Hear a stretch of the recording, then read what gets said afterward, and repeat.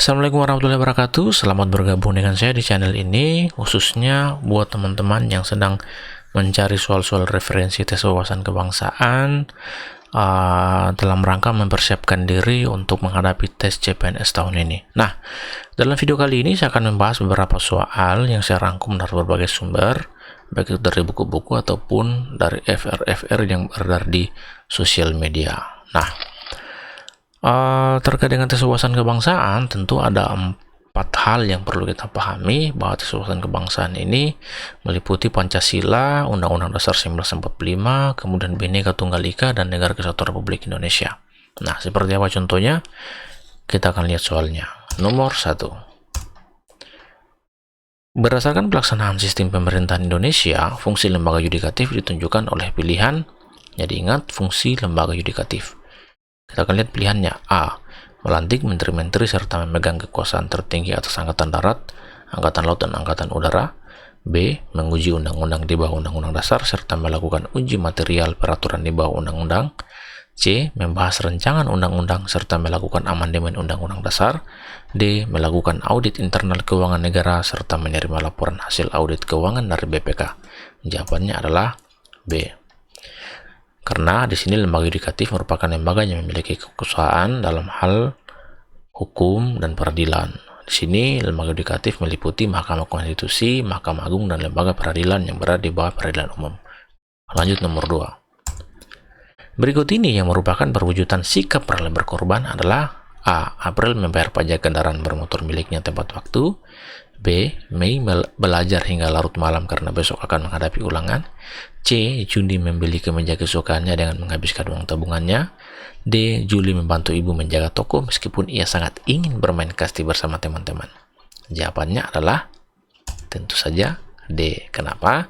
Karena sikap rela berkorban itu adalah sikap bersedia dengan ikhlas, sedang hati dengan tidak mengharapkan imbalan, dan mau memberikan sebagian yang dimiliki sekalipun menimbulkan penderitaan bagi dirinya.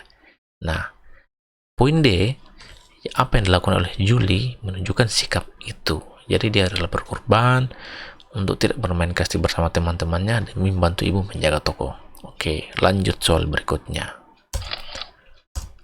Nilai-nilai Pancasila masih bersifat luas, umum, dan kurang terperinci, sehingga perlu dijabarkan lebih lanjut dalam peraturan perundang-undangan nasional seperti Undang-Undang Dasar 1945, ketentuan MPR, dan undang-undang.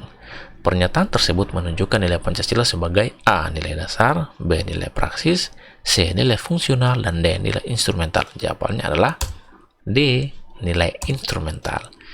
Nilai instrumental merupakan penjabaran dari nilai dasar Pancasila. Penjabaran nilai-nilai Pancasila dalam peraturan perundang-undangan nasional seperti Undang-Undang 1945, ketetapan MPR, dan undang-undang merupakan aktualisasi dari nilai Pancasila sebagai nilai instrumental yang berfungsi sebagai pedoman, kaidah, dan petunjuk bagi masyarakat untuk menaatinya. Lembaga yang berwenang menyusun nilai instrumental adalah MPR, Presiden, dan DPR. Oke, kita lanjut soal berikutnya. Nomor 4. Negara berdasarkan atas ketuhanan yang Maha Esa. Ketentuan tersebut sesuai dengan nilai Pancasila sebagai dasar negara dan pandangan hidup bangsa Indonesia, yaitu A. Nilai kebangsaan, B. Nilai kerakyatan, C. Nilai religius, dan D. Nilai moral. Kira-kira apa yang benar? Jawabannya adalah C. Nilai religius. Nah, nilai religius ini terdapat dalam sila pertama Pancasila, yaitu ketuhanan yang Maha Esa. Jadi kalau berhubungan dengan ketuhanan yang Maha Esa, berarti dia adalah nilai religius. Lanjut soal berikutnya. Nomor 5. Pancasila sebagai pandangan hidup bangsa Indonesia memiliki peranan sebagai pedoman dan petunjuk hidup sehari-hari. Pengamalan nilai-nilai Pancasila sebagai pandangan hidup bangsa Indonesia disebut juga dengan pengamalan Pancasila secara A. Subjektif, B. Objektif, C. Abstrak, D. Konkret. Jawabannya adalah A. Subjektif. Nah, pengamalan Pancasila secara subjektif merupakan bentuk pengamalan nilai-nilai Pancasila sebagai pandangan hidup bangsa Indonesia. Itu jawabannya. A. Lanjut soal nomor 6. Anggota Majelis Permusyawaratan Rakyat terdiri atas A. Anggota DPR dan anggota DPD, B. Anggota DPR dan anggota DPRD, C. Anggota DPR dan menteri-menteri, D. Anggota DPD dan DPRD? Jawabannya adalah A. Anggota DPR dan anggota DPD. Nah, ini berdasarkan ketentuan pasal 2 ayat 1 Undang-Undang Dasar Negara Republik Indonesia tahun 1945 yang menyatakan bahwa Majelis Permusyawaratan Rakyat terdiri atas anggota Dewan Perwakilan Rakyat dan Dewan Perwakilan Daerah yang dipilih melalui pemilihan umum dan diatur lebih lanjut dengan undang-undang. Soal selanjutnya, nomor 7. Norma ini berasal dari suara hati nurani manusia yang menghasilkan akhlak, berlaku umum bagi seluruh anggota masyarakat atau universal. Sanksi bagi pelanggar norma ini berupa perasaan tidak tenang. Norma yang dimaksud adalah A. Norma agama, B. Norma hukum, C. Norma kesopanan, D. Norma kesusilaan. Jawabannya adalah D. Norma kesusilaan. Nah, norma kesusilaan adalah norma yang berasal dari suara hati nurani, berlaku universal, dan sanksi berasal dari diri sendiri. Itu merupakan ciri-ciri dari norma kesusilaan. Nah, kita lanjut soal nomor 8. Rumusan dasar negara dalam Piagam Jakarta menuai tanggapan dari masyarakat Indonesia Timur. J. Latuh Harhari sebagai wakil mereka menemui Muhammad Hatta pada saat itu. J. Latuh Harhari meminta agar dilakukan perubahan pada rumusan tersebut.